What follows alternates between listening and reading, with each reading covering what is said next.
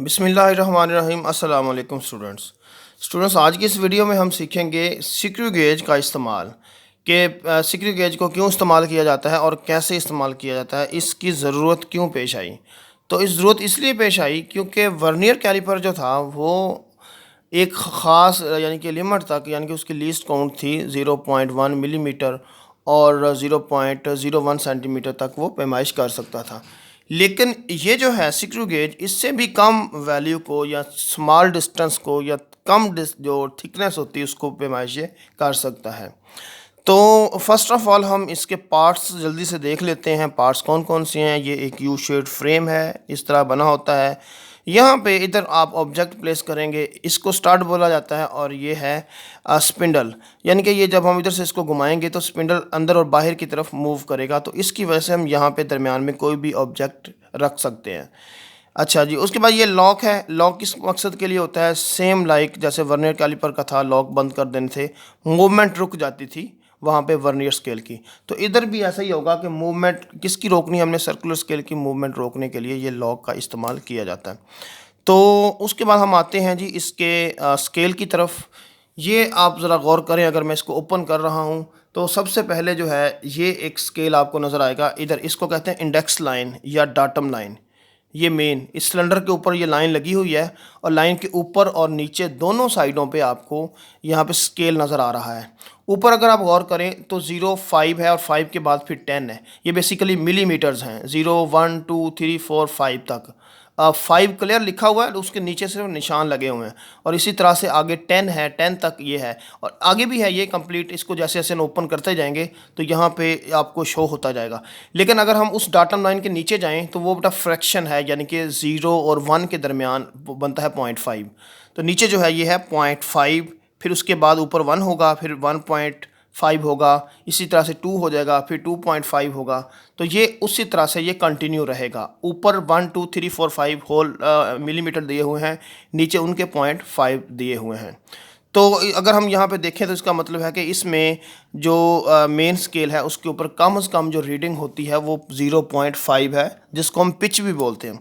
यहाँ पे एक चीज़ का आपने ख्याल करना है कि 9th क्लास में जो बुक में आपने टेक्स्ट बुक में पढ़ा हुआ है वहाँ पे ये पढ़ा था कि पिच ऑफ स्क्रू गेज जो है वो 1 मिलीमीटर होती है। तो वो उस बुक के लिए था, लेकिन बहरहाल लेबॉर्ट्री के अंदर जो स्क्रू गेज इस्तेमाल किया जाता है उसकी पिच 0.5 होती है और वो आपको नज़र भी आ रही है। अगर ये स्केल नीचे ना होता तो फिर हम कह सकते थे कि इसकी जो लीस्ट काउंट है वो पिच जो है वो कितनी है, 0.1, ओनली 1 होना था। और अभी हम कह सकते हैं कि ये कितनी है, 0.5 है। अगर ये रेज़ कर देते यहाँ से तो फिर 1 होनी थी, अभी ये जो है ये 0.5 है। अच्छा जी, तो ये तो हो गया आपका मेन स्केल। ये किस पे बना हुआ है जी? ये डाटम लाइन या इंडेक्स लाइन पे बना हुआ है। उसके बाद बेटा क्या करना है, इसको ज़रा मैं क्लोज़ कर देता हूँ कंप्लीट। तो आपको इधर एक घूमता हुआ स्केल नज़र आ जाएगा जिसका नाम है सर्कुलर स्केल। तो नाम से ही वाज़ेह है, सर्कुलर मतलब घूमने वाला। इसमें अगर हम इसको क्लोज़ करें तो ये एक ज़ीरो यहाँ पे आपको शो हो जाएगा और ज़ीरो के ऊपर 5 है, फिर 10 है, 15 है, 20 है, 25, 30 एंड करते हुए ये देखिए 45 के बाद दोबारा ज़ीरो हो जाता है। तो इट मीन यहाँ पे डिविजन्स कितनी है, 50 है। बुक में कितनी थी, वहाँ पे 100 थी, और यहाँ पे कितनी है, यहाँ पे आपको 50 डिवीज़न मिल जाएंगी। तो इसका मतलब हम कह सकते हैं कि number of divisions on circular scale are 50। तो दोनों को जब डिवाइड करेंगे पिच और डिवाइडेड बाय डिवीज़न तो आंसर आता है 0.01 mm और 0.001 सेंटीमीटर। तो ये इसकी लीस्ट काउंट हो जाएगी। तो यहाँ तक तो इतना काम था। दूसरा एक ये भी ध्यान में रखेंगे कि अगर जब हम इसके 2 चक्कर निकालेंगे, यानी कि अगर ये 0 है तो एक मुकम्मल रोटेशन हम जब इसको देते हैं तो क्या होता है, ये 0.5 mm तक मूव करेगा। और इसी तरह से अगर हम 2 चक्कर निकालते हैं तो फिर मेन स्केल के ऊपर जो रीडिंग आएगी वो कितनी आएगी, वो 1 mm तक आएगी। यानी कि ये 0 एक चक्कर मुकम्मल करे, फिर दूसरा चक्कर मुकम्मल करे, यानी कि 2 रोटेशन घूमने से यहाँ पे मेन स्केल पे 1 mm आएगा। अगर एक ही रोटेशन मुकम्मल होती है तो फिर वो 0.5 आएगा। तो इसके बाद बेटा ये इसको कहते हैं रैटचेट। इसका फंक्शन क्या होता है जी? इसका फंक्शन होता है कि जब हमने यहाँ पे कोई ऑब्जेक्ट प्लेस करना है तो ये इधर से घुमा के इसको टाइट करना है, बंद करना होता है, क्लोज़ करना होता है। तो अगर कोई नरम चीज़ है तो फिर अगर हम यहाँ से घुमाएंगे तो वो फिर डैमेज हो जाएगी। इसलिए इसका फंक्शन ये होता है कि जैसे ही ये स्पिंडल जो है उस ऑब्जेक्ट के साथ टच करता है तो फिर अभी आप देखिएगा कि आपको एक आवाज़ आना शुरू हो जाएगी, तो टिक टिक शुरू कर देता है। तो इसका मतलब अब ये सिर्फ ये खुद घूम रहा है, लेकिन इसको इसने रोका हुआ है, ये स्पिंडल और आगे मूव नहीं होगा। तो ये इसका फंक्शन है। लॉक का मैं आपको बता चुका हूँ कि लॉक जो है वो इसको या इसकी मोशन को रोकने के लिए होता है, तो वो आपने वर्नियर कैलिपर में भी पढ़ा था। तो अब हम जल्दी से इसकी रीडिंग की तरफ आते हैं जी, कि रीडिंग कैसे लेनी है। ये तकरीबन उसी तरह से ही है जैसे वर्नियर कैलिपर आपने पढ़ा था, लेकिन थोड़ा सा इसका स्टाइल डिफरेंट होगा उससे। तो पहले तो बेटा क्या काम करना है जी, कि आपने ज़ीरो एरर मालूम करना है। इसमें आपको लाजमी ज़ीरो एरर कुछ ना कुछ मिल जाएगा। इसको ओपन करें यहाँ पे लॉक को, और यहाँ से इसको पकड़ें, यहाँ से यानी कि रेड चिट से इसको घुमाना शुरू कर देंगे। आपने क्या करना है जी, इसको क्लोज़ कर देना। अभी देखें मैंने कोई ऑब्जेक्ट यहाँ पे प्लेस नहीं किया, तो किसी भी इंस्ट्रूमेंट का जो फॉल्ट जो ज़ीरो एरर है तो वो बग़ैर ऑब्जेक्ट को रखे ही आप चेक कर सकते हैं। तो ये आपने इसको लगा के उसके बाद क्या कर देना है जी, आपने इसको क्लोज़ कर देना ऐसे करके। तो आप ज़रा देखेंगे कि यहाँ पे मैं आपको क्लियर कर देता हूँ।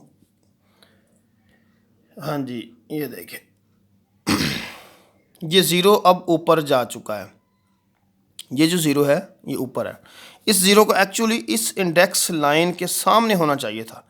ये वाली लाइन यहाँ होनी चाहिए थी, लेकिन ये ऊपर चला गया है। तो इसका मतलब ये एक्यूरेट नहीं है, इसमें एरर मौजूद है।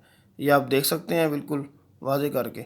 तो इसमें अब आपने याद रखना है बच्चों कि अगर तो सर्कुलर स्केल का ज़ीरो इंडेक्स लाइन के सामने हुआ तो हम कहेंगे कि एरर नहीं है, और अगर ये ज़ीरो इधर बिहाइंड अभी नीचे रह गया हुआ तो एरर पॉजिटिव है, और अगर ऊपर जा चुका हुआ तो एरर क्या है, नेगेटिव है। ये बात याद रखनी है। अब इस डायग्राम में इस मौजूदा जो स्क्रू गेज है इसमें ये आपको नज़र आ सकता है कि ये ज़ीरो जो है वो बच्चों वो ऊपर जा चुका है इंडेक्स लाइन से।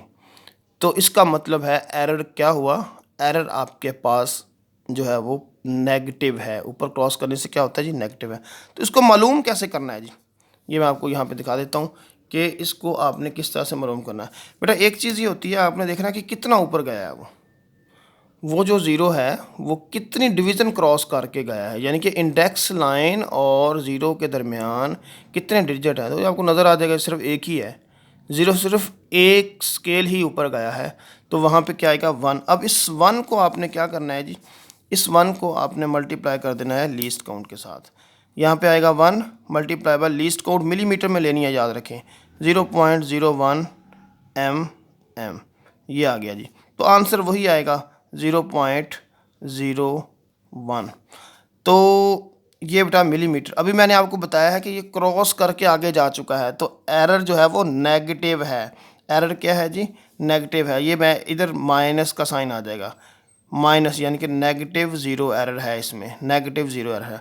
और इसकी करेक्शन क्या होगी, पॉजिटिव होगी, 0.01 mm, ये पॉजिटिव इसकी ज़ीरो करेक्शन हो गई। तो आपके पास ज़ीरो एरर कितना है जी, ज़ीरो एरर आपके पास 0.01 mm माइनस का है, और इसकी करेक्शन क्या हो जाएगी, पॉजिटिव 0.01। तो यहाँ तक तो ये था कि हमने इसका एरर मालूम कर लिया, ठीक है जी। अब उसके बाद हम क्या करेंगे, उसके बाद अगला मरहला होता है कि रीडिंग कैसे लेनी है, आपने पैमाइश कैसे करनी है किसी भी ऑब्जेक्ट की।